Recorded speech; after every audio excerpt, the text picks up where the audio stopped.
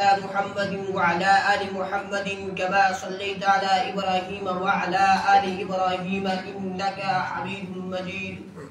اللهم بارك على محمد وعلى آل محمد كما باركت على إبراهيم وعلى آل إبراهيم إنك حميد مجيد. اللهم صل على سيدنا محمد وعلى آل سيدنا محمد واصحاب سيدنا محمد وبارك وسلم عليهم. الحمد لله رب العالمين والصلاة والسلام على سيد الأنبياء والمرسلين وعلى آله وأصحابه أجمعين. أما بعد، أرسله بالحق بشيرا ونذيرا وداعيا إلى الله بإذنه وسراجا منيرا. فقد قال الله تبارك وتعالى في الكلام المجيد والفرقان الحميد: فأعوذ بالله من الشيطان الرجيم. بسم الله الرحمن الرحيم. حاميم والكتاب المبين إنا أنزلناه في ليلة مباركة إنا كنا منذرين فيها يفرح كل أمر حكيم. صدق الله العظيم وصدق رسوله النبي الكريم ونحن على ذلك من الشاهدين والشاكرين والحمد لله رب العالمين. قال النبي صلى الله عليه وسلم: الرجب شهري وشعبان شهر الله ورمضان شهر أمتي، او كما قال عليه الصلاة والسلام. اللہ اگر توفیق نہ دے تو انسان کے بس کی بات نہیں. اللہ اگر توفیق نہ دے تو انسان کے بس کی بات نہیں. فیضان محبت عام ہے تو عرفان محبت عام نہیں. محترم بزرگ اور دوستوں اور معزز سامعین کرام، السلام علیکم ورحمۃ اللہ وبرکاتہ. محترم حضرات، اللہ رب العزت کا بے حد فضل، کرم، احسان، شکر جس رب الجلال نے اس پرفتن دور کے اندر، اس کے گزرے دور کے اندر ہمیں یہ توفیق عطا فرمائی کہ ہم سب اس کے اس باغر کے اندر حاضر ہوئے. اللہ سے دعا کریں اللہ ہماری حاضری کو بے حد قبول فرمائے، ہمارے لیے دنیا کے اندر ہدایت کا اور آخرت کے اندر نجات کا، بخشش کا، مغفرت کا ذریعہ بنائے. محترم بزرگ اور دوستوں، جہاں اللہ رب العزت نے حضرت انسان کو بہت ساری نعمتوں سے نوازا، بہت سارے انعامات سے نوازا، وہاں اللہ رب العزت نے امت محمدیہ کے لیے شعبان المعظم جیسا بابرکت مہینہ، رمضان المبارک جیسا بابرکت مہینہ اور شب برات جیسی مبارک رات بھی رکھی ہے. آج 23 فروری 2024 12 شعبان المعظم سن 1445 ہجری ہے، اور آج دن جو ہے وہ جمعہ کا عظیم الشان دن ہے. آج اس جمعہ المبارک کے موقع پر اللہ کے فضل اور کرم سے، اللہ کی توفیق سے اور آپ حضرات کی دعاؤں سے میں آپ حضرات کے سامنے شب برات کے متعلق عرض کرنا چاہوں گا. آپ سب سے گزارش ہے اللہ سے دعا کرے اللہ میری زبان پر کلمہ حق جاری فرمائے، جو کہا جائے، جو سنا جائے اللہ اس کو قبول فرمائے اور ہم سب کو ان جذباتوں جو پر عمل کی توفیق نصیب فرمائے. محترم بزرگوں، اسلامی مہینوں کے اعتبار سے یہ مہینہ شعبان المعظم کا مہینہ کہلاتا ہے. یہ عبادت کا اور مغفرت کا مہینہ ہے. اللہ کے نبی صلی اللہ علیہ وسلم فرماتے ہیں: الرجب شہری و شعبان شہر اللہ و رمضان شہر امتی. رجب میرا مہینہ ہے، شعبان اللہ کا مہینہ ہے اور رمضان میری امت کا مہینہ ہے. آپ صلی اللہ علیہ وسلم کا فرمان ہے جو حضرت انس رضی اللہ تعالیٰ عنہ سے مروی ہے کہ آپ صلی اللہ علیہ وسلم نے ارشاد فرمایا: شعبان المعظم کی فضیلت باقی تمام مہینوں پر ایسی ہی ہے جیسے میری فضیلت تمام حضرات انبیاء علیہ السلام کا، اور رمضان المبارک کی فضیلت باقی تمام مہینوں پر ایسی ہے جیسے اللہ کی تمام کائنات پر فضیلت. ایک روایت کے اندر آتا ہے رجب اور رمضان کے درمیان ایک ایسا مہینہ آتا ہے، وہ مہینہ کون سا ہے جی؟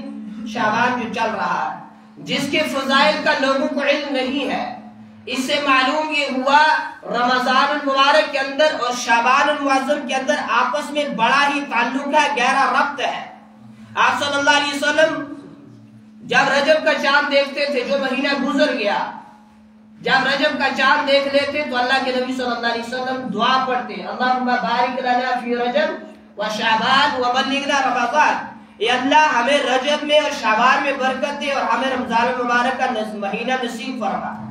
گویا نبی علیہ السلام رجب کا چاند دیکھتے ہی رمضان المبارک کی تیاری شروع کر دیتے تھے۔ حضرت اما عائشہ رضی اللہ تعالیٰ عنہ فرماتی ہے آپ صلی اللہ علیہ وسلم باکثرت روزے رکھا کرتے تھے، کس کے اندر؟ شعبان کے اندر اور رمضان کے اندر۔ دیگر اصحاب رسول سے بھی یہی مرضی ہے کہ آپ صلی اللہ علیہ وسلم کثرت سے نہایت ہی اہتمام کے ساتھ شعبان کے اندر بھی روزے رکھتے تھے اور رمضان کے اندر بھی روزے رکھتے تھے۔ حضرت اسماء بن زید رضی اللہ تعالیٰ عنہ فرماتے ہیں کہ میں نے ایک مرتبہ پوچھا، یا رسول اللہ صلی اللہ علیہ وسلم آپ شعبان کے اندر کثرت سے روزے کیوں رکھتے ہیں؟ تو آپ صلی اللہ علیہ وسلم نے فرمایا، اسماء یہ بڑا ہی بابرکت اور مبارک مہینہ ہے شعبان المعظم کا، اس مہینے کے اندر بندوں کے اعمال اللہ کے حضور پیش کیے جاتے ہیں۔ میں نے اس لیے اس ماہ کو یعنی اس مہینے کو اپنے لیے محبوب رکھا ہے، میں سوچتا ہوں اس لیے میں اس کے اندر کثرت سے روزے رکھتا ہوں کہ جب میرے اعمال بھی اللہ کے حضور پیش کیے جائے تو اس وقت میں روزے دار ہونا چاہیے، اس وقت میں روزے کی حالت میں ہونا چاہیے۔ حضرت ام سلمہ رضی اللہ تعالیٰ عنہ فرماتی ہے کہ میں نے متواتر 2 مہینے سال کے اندر کسی مہینوں کے اللہ کے نبی کو روزے رکھتے ہوئے نہیں دیکھا سوائے 2 کے، یعنی شعبان کے اندر اور رمضان کے اندر نبی علیہ السلام اہتمام کے ساتھ روزے رکھا کرتے تھے۔ گویا ام المومنین حضرت اسماء کا کہنے کا مقصد یہ ہے کہ میں نے سال کے اندر 2 مہینوں کے اندر لگاتار نبی علیہ السلام کو روزے رکھتے ہوئے نہیں دیکھا، صرف 2 مہینوں کے اندر دیکھا۔ کون کون سے مہینے؟ شعبان کا اور رمضان کا۔ یعنی آپ صلی اللہ علیہ وسلم شعبان کے اندر بھی کثرت سے روزے رکھتے تھے اور رمضان مبارک کے اندر بھی روزے رکھتے تھے۔ یہ آپ صلی اللہ علیہ وسلم کا عمل تھا، معمول تھا۔ آپ صلی اللہ علیہ وسلم کا عمل، آپ صلی اللہ علیہ وسلم کا معمول شعبان کے اندر روزے رکھنا کثرت کے ساتھ، یہ رمضان مبارک کے روزوں کی پریکٹس کے لیے، رمضان مبارک کے روزوں کی تیاری کے لیے اور رمضان مبارک کے روزوں کی استقبال کے لیے تھا۔ شعبان المعظم کی 5 تاریخ کو نواسہ رسول حضرت امام حسین رضی اللہ تعالیٰ عنہ کی ولادت ہوئی ہے۔ اسی بابرکت ماہ کے اندر 15 یا 16 کی شب کو شب بارات کہلاتی ہے، 15 یا 16 کی درمیانی شب شب بارات کہلاتی ہے، لائلۃ المبارکہ کہلاتی ہے۔ اور اسی مبارک مہینے کے اندر تحویل قبلہ کا حکم نازل ہوا۔ اسی مبارک مہینے کے اندر حضرت جناب رسول اکرم صلی اللہ علیہ وسلم نے حضرت صفیہ کے ساتھ نکاح فرمایا، اور اسی مبارک مہینے کے اندر مسجد زرار جو کفار نے اہل اسلام کے خلاف سازشیں کرنے کے لیے بنائی تھی، اس کو بھی نظر آتش کیا گیا اسی بابرکت مہینے کے اندر، اور اسی بابرکت مہینے کے اندر قرآن مجید اتارنے کا فیصلہ بھی کیا گیا۔ حضرت اما عائشہ صدیقہ رضی اللہ تعالیٰ عنہ فرماتی ہے آپ صلی اللہ علیہ وسلم ایک مرتبہ میرے حجرے کے اندر آرام فرماتے، اس دن میری باری تھی، آپ میرے پاس تشریف فرماتے، بستر کے اوپر تشریف فرماتے۔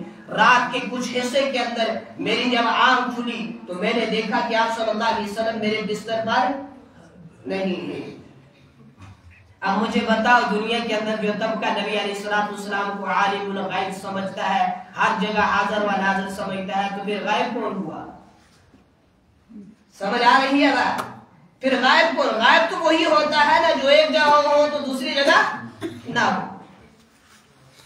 جو طبقہ نبی علیہ السلام کو سمجھتا ہے حاضر و ناظر، یعنی یہاں بھی موجود ہے وہاں بھی موجود ہے، تو یہاں معاشہ فرماتی ہے میری آنکھ کھلی، اس سے پہلے میرے پاس تشریف فرماتے، میرے پاس بستر پر آرام فرماتے۔ رات کو جب میری آنکھ کھلتی ہے میں دیکھتی ہوں کہ حضور صلی اللہ علیہ وسلم میرے حجرے کے اندر سے غائب رہے۔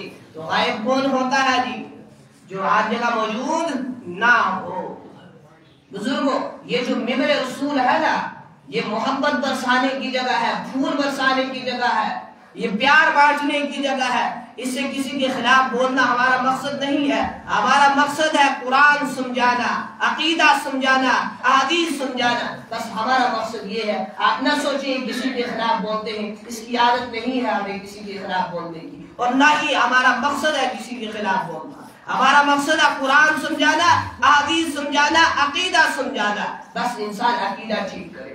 تو خیر، ہم عائشہ رضی اللہ تعالیٰ عنہ فرماتی ہیں رات کے جب پچھلے پہر کے اندر میری آنکھ کھلتی ہے تو میں نے دیکھا نبی علیہ السلام وہاں موجود نہیں ہے، غائب ہے۔ تو میں نبی علیہ السلام کو تلاش کرنے کے لیے نکلی۔ میں نے سوچا کسی اور ازواج مطہرات کے حجرے کے اندر چلے گئے ہوں گے، میں نے باقی حضرات مطہرات کے حجروں کے اندر بھی آپ کو تلاش کیا، آپ مجھے وہاں بھی نہ ملے۔ میں آپ کی تلاش میں نکلی، میں نے دیکھا کہ آپ صلی اللہ علیہ وسلم مسلمانوں کی قبرستان یعنی جنت البقیع کے اندر پہنچ چکے ہیں۔ میں نے دیکھا کہ آپ وہاں کیا کرتے ہیں، تو میں نے دیکھا آپ وہاں امت کی بخشش کی دعا فرما رہے تھے۔ پھر آپ صلی اللہ علیہ وسلم نے مجھ سے پوچھا عائشہ تم جانتی ہو آج کون سی رات ہے؟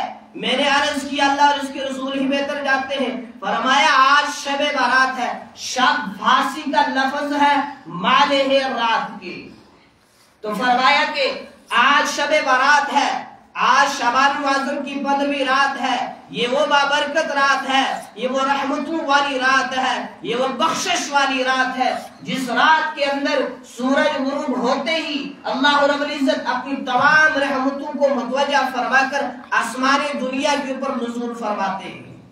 یہ جو آسمان ہمیں نظر آتا ہے نا، اس کے اوپر اللہ رب العزت نزول فرماتے ہیں، اور پھر آوازیں دی جاتی ہیں، پھر پکارا جاتا ہے بندوں کو۔ بزرگوں پورا سال بندہ اللہ کو پکارتا ہے، اللہ کی رحمتوں کو پکارتا ہے، اللہ کا دروازہ کھٹکھٹاتا ہے۔ یہ ایسی منفرد رات ہے، یہ ایسی بابرکت رات ہے، یہ ایسی رحمتوں والی رات ہے، یہ ایسی عظمتوں والی رات ہے۔ اس رات کے اندر اللہ رب العزت کی رحمتیں بندوں کو پکارتی ہے، چنانچہ آواز دی جاتی ہے کوئی میرا بندہ جس کو ڈاکٹروں نے لا علاج قرار دے دیا ہو، آج مجھ سے شفا کے لیے دعا کرے، مجھے شفا دے دوں۔ شفا کون دیتا ہے بزرگوں؟ اللہ۔ دعائی تو کام ہے ڈاکٹروں کا دینا، وہ دیتے ہیں، لیکن شفا اللہ نے اپنے ہاتھ کے اندر رکھی ہے۔ بس اوقات کچھ آدمی کہتے ہیں جی میں نے فلاں جگہ سے دوائی لا کر کھائی تو میں دوائی سے ٹھیک ہو گیا۔ بزرگوں ہم نے شرک کیا۔ میں نے ٹیبلٹ کھائی تو میں ٹھیک ہو گیا، ہم نے شرک کیا۔ میں نے دوائی استعمال کی تو ٹھیک ہو گیا، ہم نے شرک کیا۔ دوائی ٹھیک نہیں کرتی، ٹیبلٹ ٹھیک نہیں کرتی، دوائی شفا دوائی کے اندر نہیں ہے، شفا ٹیبلٹوں کے اندر نہیں ہے، شفا اللہ کے ہاتھ میں ہے۔ اگر شفا ان کے اندر ہوتی تو جو بیچارے اتنے سالوں سے بیمار رہتے ہیں، پڑے رہتے ہیں ہاسپٹلوں کے اندر، تو اتنی دوائی کھانے کے بعد مر کیوں جاتے ہیں، بچتے کیوں نہیں، ٹھیک کیوں نہیں ہوتے؟ اگر شفا اگر دوائی کے اندر ہے تو پتہ چلا شفا اللہ کے ہاتھ میں ہے۔ تو بزرگوں بسا اوقات معاشرے کے اندر ہم کہتے ہیں نا، ہمارے گھر کی خواتین، ہمارے بڑے، ہم خود کہہ دیتے ہیں میں نے فلاں جگہ سے ٹیبلٹ لا کر کھائی تو مجھے ٹیبلٹ سے فرق ہو گیا، ہم نے شرک کیا۔ بزرگوں شفا کون دیتا ہے؟ اللہ۔ تو جس چیز کا تقاضا انسان نے اللہ سے کرنا تھا، اللہ کے غیر سے کیا تو انسان نے شرک کیا۔ نبی علیہ السلام کا فرمان ہے ایک وقت ایسا آئے گا امت کے اوپر لوگ شرک بھی کریں گے، ان کو پتہ نہیں چلے گا۔ وہ وقت کوئی اور نہیں تھا، وہ وقت آنے والا نہیں ہے، وہ وقت آ چکا ہے، وہ وقت چل رہا ہے معاشرے کے اندر۔ وقت 2024 2023 2050 2060 کے اندر نہیں آنے والا، وہ وقت چل رہا ہے۔ اس وقت ہم شرک کر رہے ہیں، اپنے عملوں سے شرک کر رہے ہیں، مگر ہمیں پتہ نہیں کہ ہم شرک کے اندر مبتلا ہیں۔ اس لیے ہم نے پہچانا ہے شرک کسے کہا جاتا ہے، کہ جس چیز کا تقاضا صرف اللہ سے کرنا تھا، ہم نے اللہ کی سوا کسی سے بھی کیا تو ہم نے شرک کیا۔ صاف لفظوں کے اندر اور بالکل آسان لفظوں کے اندر انسان یہ سمجھ جائے کہ شرک کسے کہا گیا۔ تو خیر آواز دی جاتی ہے کوئی میرا بندہ جو بیمار ہے جسے ڈاکٹروں نے لا علاج قرار دیا ہے کہ اب اس کے ٹھیک ہونے کی کوئی چانس نہیں ہے، آج مجھ سے دعا مانگے میں اسے شفا دوں۔ ہے کوئی میرا بندہ جو پریشانیوں کے اندر گھیرا ہوا ہے، اس کی پریشانیاں ختم نہیں ہو رہی، آج مجھ سے دعا مانگے میں اس کی پریشانیوں کو دور کر دوں۔ ہے کوئی میرا بندہ جو مصیبت کے اندر ڈوبا ہوا ہے، آج مجھ سے دعا کرے میں اس کی مصیبت کو اسے دور کر دوں۔ ہے کوئی میرا بندہ جسے اولاد نہیں ہے، آج مجھ سے مانگے میں اسے اولاد عطا کر دوں۔ ہے کوئی میرا بندہ جو سوال کرے، آج سوال کرے میں اس کا سوال پورا کر دوں۔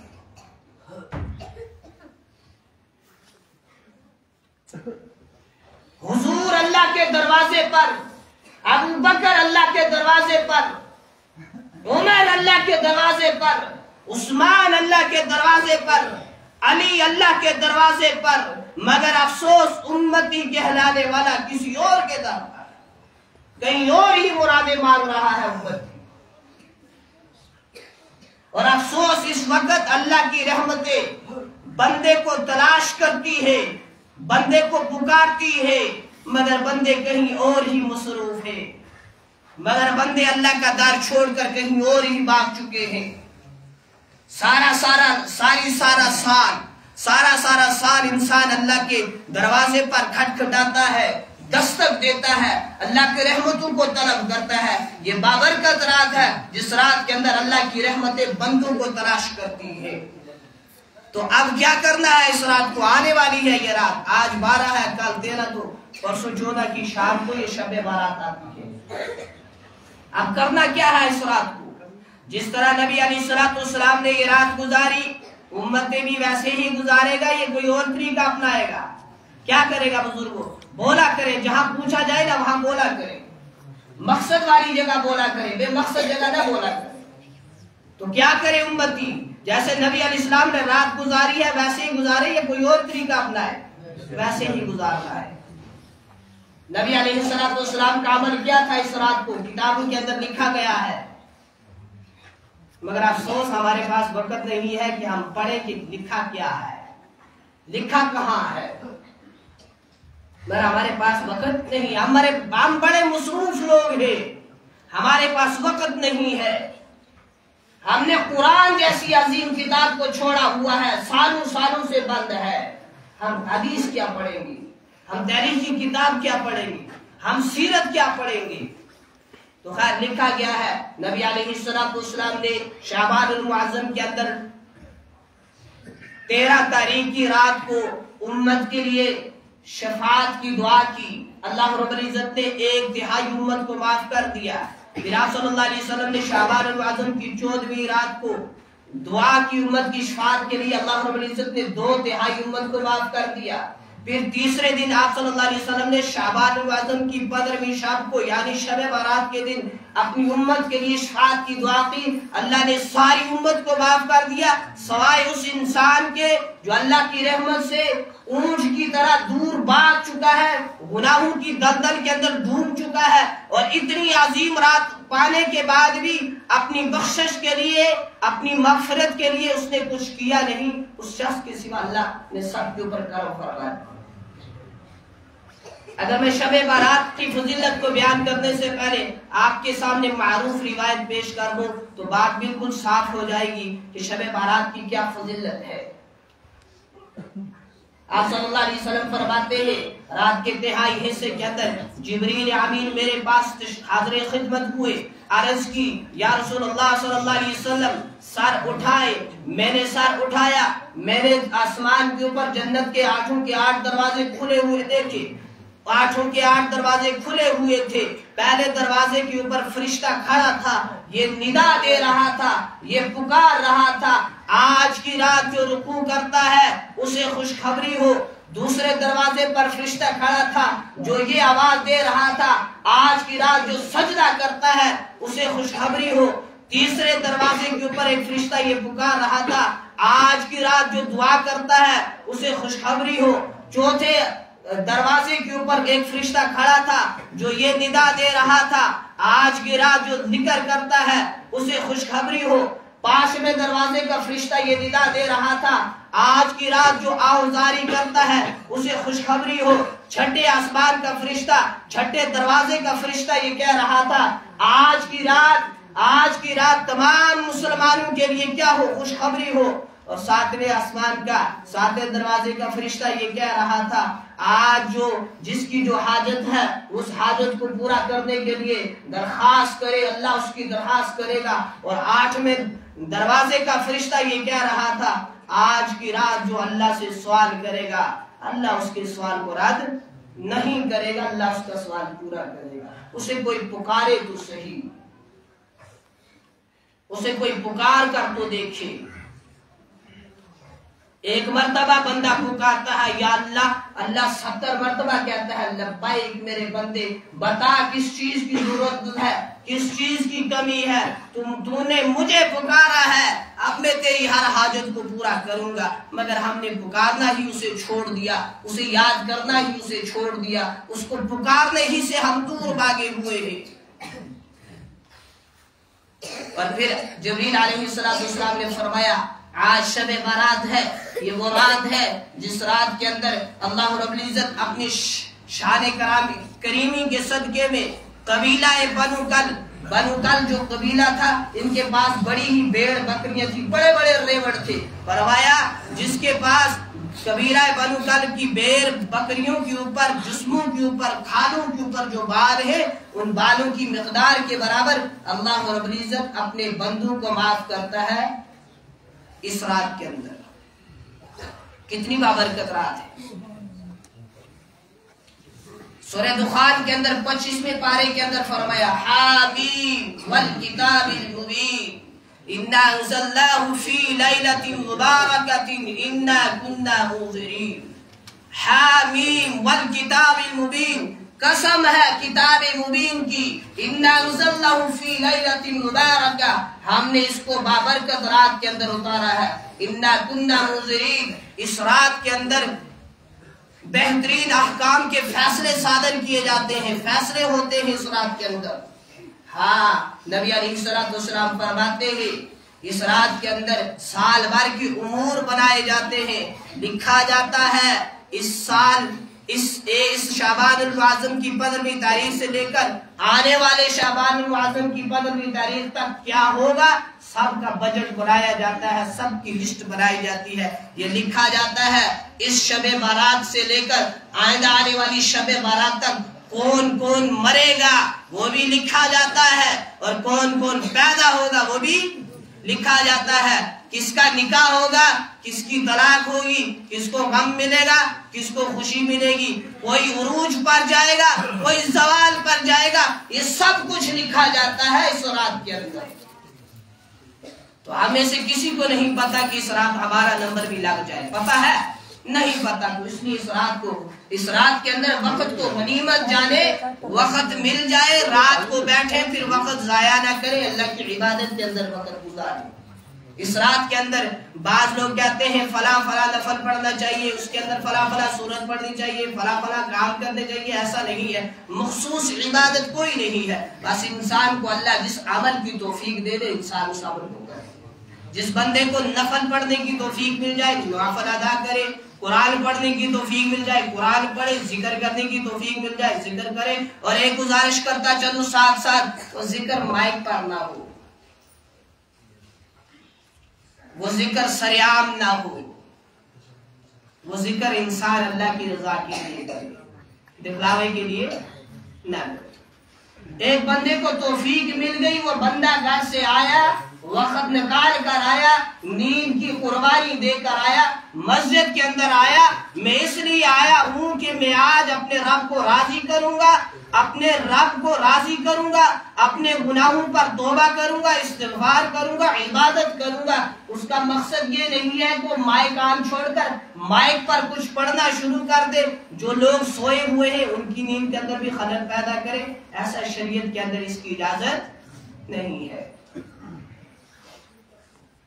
میں اگر بلند آواز سے قرآن پڑھ رہا ہوں تو آپ میرے پاس سوئے ہوئے ہیں، شریعت نے مجھے حکم دیا ہے میں اپنی آواز کو پست کر لوں، اپنی آواز کو دھیمی کر لوں، اپنی آواز کو قرآن مجید کے اندر، قرآن مجید جو ہے نرم آواز کے اندر پڑھوں، بالکل آہستہ پڑھوں تاکہ آپ کی نیند کے اندر خلل نہ پڑے۔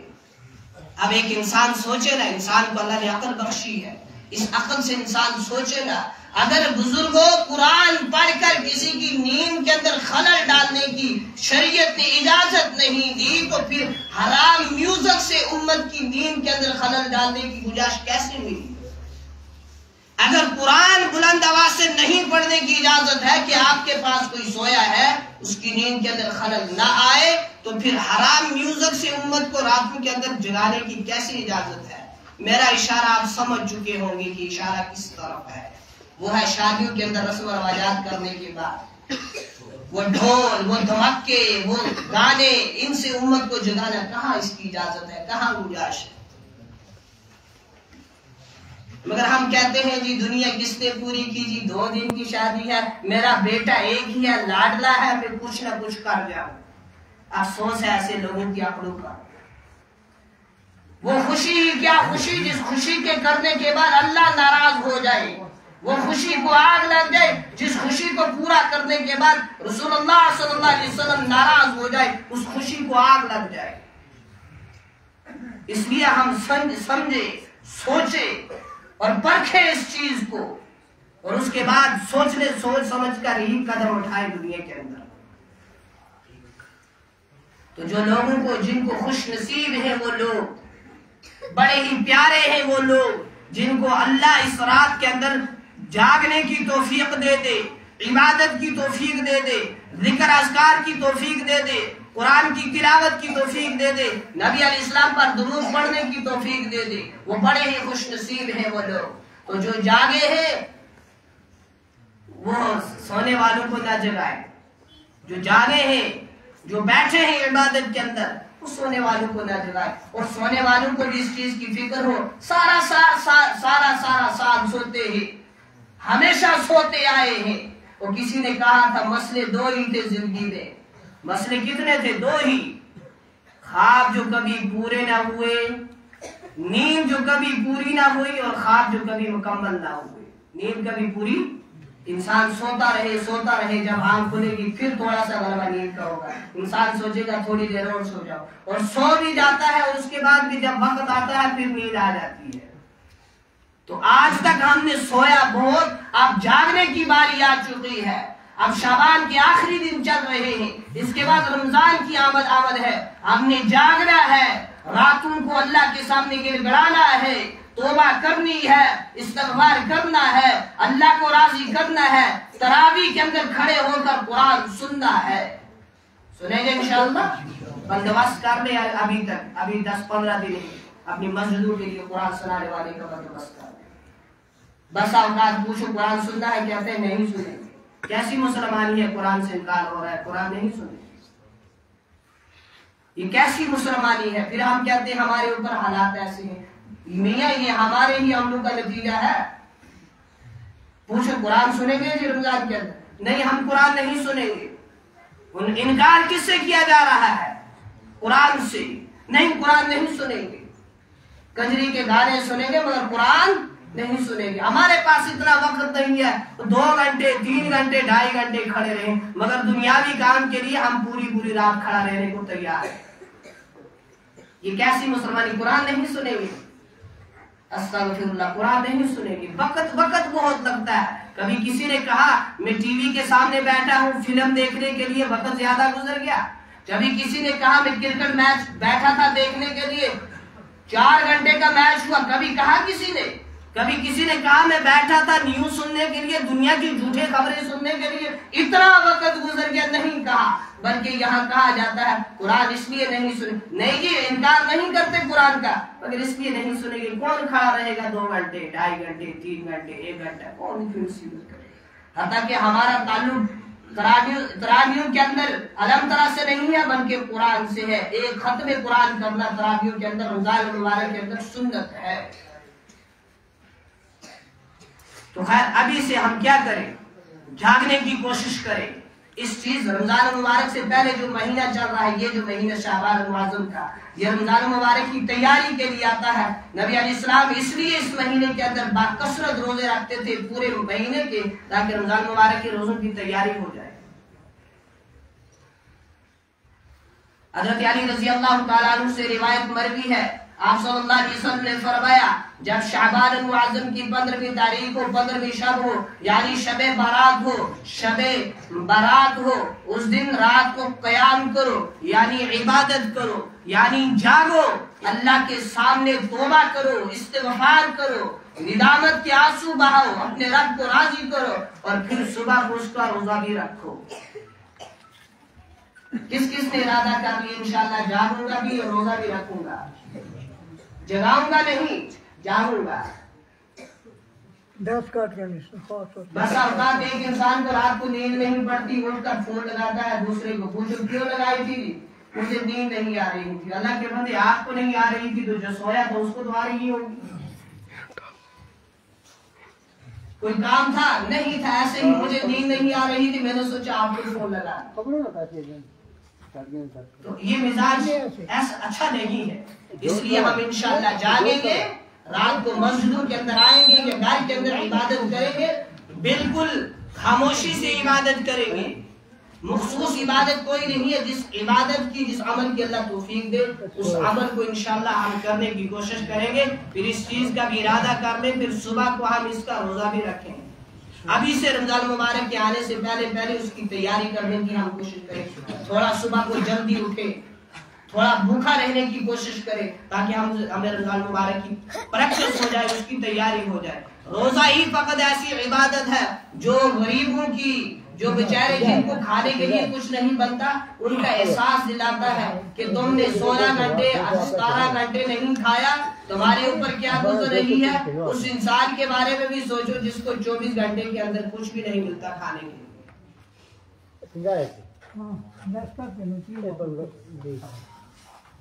ابھی سے تیاری کریں انشاءاللہ، تو انشاءاللہ ہم جو چیزیں سمجھ میں آ گئی ان کے اوپر عمل کرنے کی کوشش کریں گے، جو سمجھ نہیں آئی تو سمجھانے والوں سے رابطہ کریں گے، اس چیز کے بارے میں واقفیت حاصل کریں گے، اور اس کے بعد شب بارات آنے والی ہے، کل یا پرسوں انشاءاللہ رات کو جاگیں گے، اللہ کو راضی کریں گے، اپنے گناہوں سے توبہ کریں گے، اور صبح روزہ رکھنے کی بھی انشاءاللہ پابندی کریں گے۔ اللہ سے دعا ہے جو کہا گیا، جو سنایا گیا، اللہ پاک اس کو قبول فرمائے، ہم سب کو ان چند باتوں کے اوپر عمل کی توفیق دے۔